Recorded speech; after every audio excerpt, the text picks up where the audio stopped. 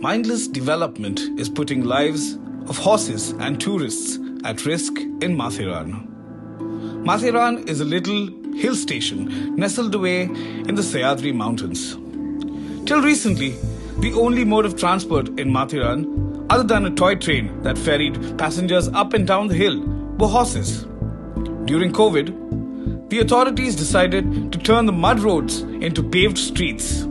The idea was to introduce electric rickshaws to ensure passengers could get up and down the hill faster. But laying the paver blocks without a robust risk analysis is leading to disastrous results. In the last few months, a number of horses have slipped on these paved roads, causing devastating injuries to horses as well as tourists who ride them.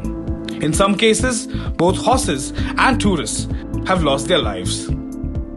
The community of horse owners in Matheran are up in arms, demanding that the paved roads be restored back to its original state with red mud to ensure the safety of the tourists, their horses, as well as their livelihoods. They've also received enormous support from tourists. On the 25th of February 2023, the horse owners of Matheran breathed a sigh of relief when the Supreme Court stopped the laying of these paver blocks.